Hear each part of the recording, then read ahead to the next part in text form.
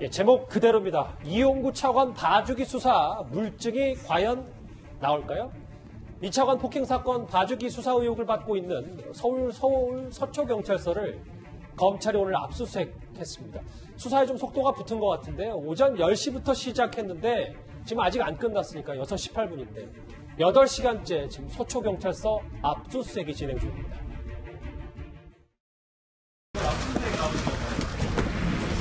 압수수색 나오신 건가요? 압수수색 나오신 건가요? 이용구 차관 관련 압수수색도 진행 중이신 건가요? 서울지검에서 나오신 건가요? 압수수색 나오신 거 맞나요?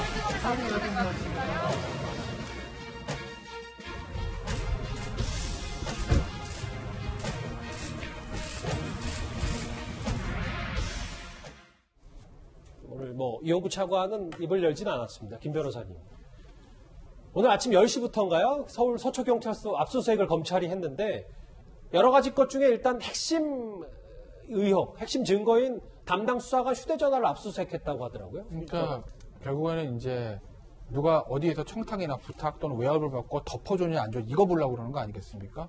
그럼 가장 중요한 게 그 담당 수사관의 휴대전화 또 서장실까지도 압수수색했다는 얘기도 있는데 서장실에 어떤 내용들이 있는지 이런 것들을 보는 거 아니겠습니까? 결국에는 이게 그 담당 수사관이 개인적인 판단으로 법리 판단을 잘못해서 또는 일하기가 귀찮아서 또는 쉽게 처리하려고 이거 그냥 내사종결하자 이런 건지 그게 아니라 어디서 청탁이나 부탁, 외압을 받고 그렇게 처리한 건지 그걸 보려고 하는 거 아니겠습니까? 그래서 아마 담당 수사관의 휴대전화도 압수수색 대상으로 지금 삼은 것 같고 글쎄 모르겠어요. 검찰이 어디까지 압수수색하는지 모르겠지만 어쩌면 이건 예상입니다. 예. 어쩌면 당시에 지금 그 서초경찰서장이 지금 얼마 전에 본청으로 영전했다는 보도 있지 않았습니까? 그렇죠. 당시 서초경찰서의 서장이었던 사람의 휴대전화도 검찰이 압수수색할 가능성도 저는 있다고 봅니다. 이돈이었죠. 네. 담당 수사관의 휴대전화도 압수했다. 그리고 일부 보도를 좀 저희가 종합해보니까 오전 10시에 압수수색을 시작하자마자 서장실이 있는 서초경찰서 서장실이 있는 2층으로 곧바로 갔다. 이 얘기는 윗선부터 좀 파겠다. 이런 검찰의 압수수색 의지로 봐도 사실 되는데. 처음 보도가 나왔을 때는 형사과를 집중적으로 압수수색하는 걸로 보도가 됐습니다. 그렇게 되면은 이제 내사 종결 당시에 어떤 과정을 거쳐서 내사 종결했는지 관련 서류를 보는 걸로 생각을 했는데 약간 시간이 지난 이후에 서장실도 하는 것 같다. 이렇게 되니까 담당 경사의 휴대폰을 압수수색했고 그렇다면 서장실을 압수수색했다면 서장의 만약에 휴대전화도 압수수색했다면 예를 들어서 누군가 서초경찰서에 청탁을 했다면 담당 경사에 직접 청탁을 했을 수도 있지만 만약에 고위층에서 어떤 청탁이 오고 갔다면 경찰서장에게 직접 갔을 가능성이 굉장히 높지 않겠습니까? 예. 그래서 만약에 서장까지 그래도 검찰과 경찰이 서로 지금은 약간 검경 수사권 때문에 약간 갈등의 조짐도 있지만 기본적으로 서로에 대해서는 상대에 대해서는 존중을 해줘야 되는 상대인데 경찰서장까지 압수수색했다는 거는 검찰이 어느 정도 기초수사를 통해서 어느 정도 어떤 외압이나 이런 근거가 있기 때문에 서장까지 압수수색한 거 아니냐 이런 관측을 할 수 있는 상황입니다. 만약에 그렇다면 이 사건이 단순히 담당 경사가 조서를 바꾸고 하는 게 귀찮아서 내지는 내부에서 이 정도면 됐다 해서 그만둔 게 아니라 외부의 어떤 압력이나 청탁에 의해서 이 사건이 이렇게 내사 종결됐다면은 좀 더 커지는 문제가 확산될 수 있는 그런 여지를 지금 보여주고 있는 거죠. 이 본인 관련 사건에서 서초경찰서가 압수수색을 당했기 때문에 지금 화면에 봤던 이용구 차관도 꽤 난감할 텐데 제일 당혹스러운 건 경찰일 것 같아요. 오늘 경찰의 얘기는 글쎄요. 자체 진상조사단을 구성하고 사건 당시 보고체계에 대한 조사에 나섰음에도 검찰이 압수수색을 단행했다. 유감 표명을 좀 한 것 같습니다. 일단 이 문제와 관련해서는 경찰분들이 다 고생하십니다만 영상이 없다고 그랬잖아요. 예. 그러니까 경찰이 거짓말을 한 거지 않습니까? 거짓말을 했기 때문에 이후에 어떤 사태가 벌어지더라도 경찰이 할 얘기 별로 없는 거예요.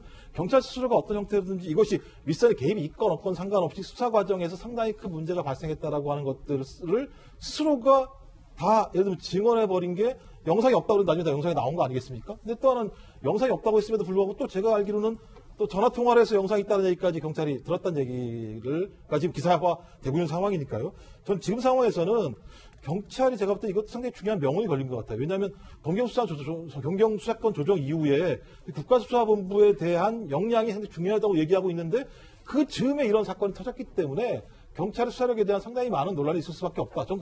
지금 상황만큼은 경찰 스스로가 진짜 모든 내용들을 발검색을 자세로 철저하게 조사에 응하고 사실을 밝혀야 된다. 그래서 이게 만약에 이런 윗선이 아니라는 내용이 나오게 된다면 제가 볼 때 오히려 경찰이 앞으로 수사를 진행하는데 국민에게 훨씬 더 신뢰를 받을 수 있다는 생각이 들기 때문에 저는 지금만큼은 검찰 조사든 어떤 조사든 마찬가지지만 충실히 받아서 한 점 의혹 없이 조사를 하는 것이 경찰에게도 좀 나을 거라 생각이 듭니다. 그러니까 경찰 아까 얘기는 우리 나름대로도 내부에서 진상조사 하고 있는데 왜 갑자기 압수수색을 하냐 이 얘기인데 근데 뭐 영상이 없다고 했다가 있다는 거 이제 뒤늦게 알려지고 실제로 어제 저희가 이 얘기도 짚어봤지만 경찰관과 2번 통화한 블랙박스 업체 사장이 분명히 2번이나 택시기사 휴대전화 보면 거기에 영상이 있다 이렇게 얘기했다는 거잖아요. 그러니까 이게 이제 진상조사가 예전에 지금 잘못했는데 진상조사를 하고 나서 제대로 하겠다. 뭐 그래서 제대로 했으면 또 말이 없는데 우리도 진상조사 해보고 있는데 왜 검찰에 들어오냐라고 볼멘 소리는 할 수는 있겠으나 생각을 해보시면 진상조사 시작된 다음부터 블랙박스에 대해서 말이 바뀌었잖아요. 영상 없다 그랬다가 나오니까 그 담당 수사관 저희가 감사하겠습니다. 이렇게 얘기한 거 아니겠습니까? 진상조사를 하고 나서도 잘못된 내용들이 나오는데 그걸 검찰 어떻게 안 들어가요? 그러니까 이 사건에서는 경찰은 할 말이 없는 거죠. 검찰의 수사 결과를 좀 기다려야 되는 그런 어떤 처지가 된 거죠, 경찰은. 결국 정말 이게 그냥 부실 수사를 넘어서 윗선이 개입된 이제 이용구 차관에 대한 봐주기 수사 의혹이 있는지 이걸 지금 검찰이 들여다볼 텐데 남영희 부대변인. 근데 이게 만약에 정말 윗선까지 개입이 됐다고 하면 올해부터 시작되는 이제 검찰의 1차 종결권, 수사권 조정에도 좀 영향을 미치게 되는 겁니까? 그렇게 영향을 미치라고 아마 이렇게 압수수색까지 하고 더 키우는 게 아닌가 사건을 저는 그런 생각을 지을 수 없는데요. 검찰이요? 얼마 전에 언론을 통해서 이와 비슷한 사건이 또 보도된 바가 있더라고요. 지난해 8월이었는데 대검 검사 한 분이 택시 기사를 또 폭행했던 사실이 있더라고요. 그 부분에 있어서 경찰에서 고발 조치를 하고 또 검찰에 넘겼는데 검찰은 그걸 또 불기소 처분을 했습니다.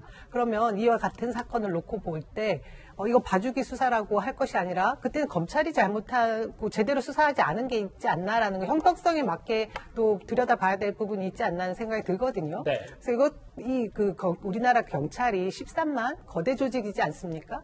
근데 이 사건 하나로 뭐 수사권까지 그렇게 된 뭐 조정의 문제를 영향을 미칠 수 있다? 이건 논리적 비약이 될 수 있다는 생각이 듭니다. 근데 이 부분도 한번 짚어봐야 될 게, 그다음에 이런 게 있잖아요. 그러니까 이번 사건 말고도 정인이 관련 수사라든지 혹은 박원순 전 시장과 관련된 이제 무혐의 처분 관련해서도 경찰의 초동 수사가 좀 미흡했던 부분이 이번 것과 같이 엮이면서 수사권 조정, 뭐 그 부분, 이번 한 사건만 갖고 이런 얘기가 나오는 것 같지는 않거든요. 그렇게 해서 수사권 조정에서 국가수사청을 또 만들겠다고 하는 제도적 장치를 마련하겠다고 하니까요.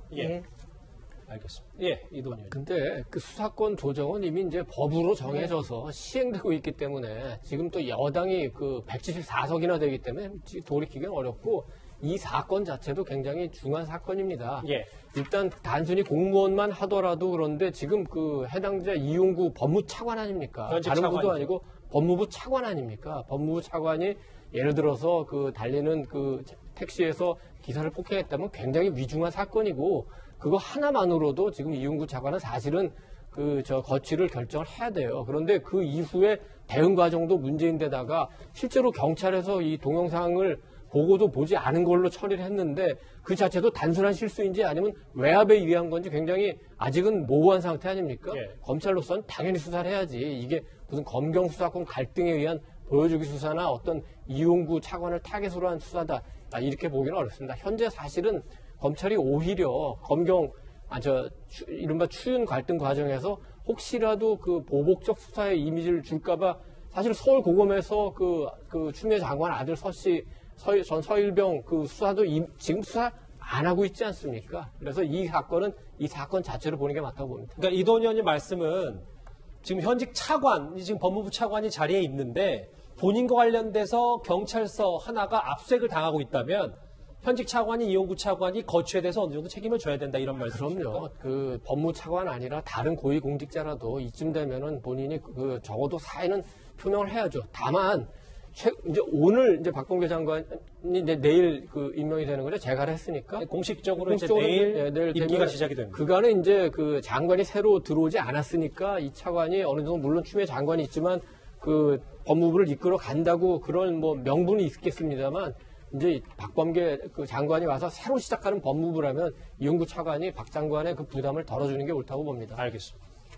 지금도 압수수색이 진행 중인 이용구 차관의 봐주기 수사 의혹 서초경찰서 얘기를 해봤습니다. 검찰의 수사 큰 흐름을 저희가 하나하나 만나봤는데요. 다음 주제는 좀 분위기를 바꿔보도록 하겠습니다.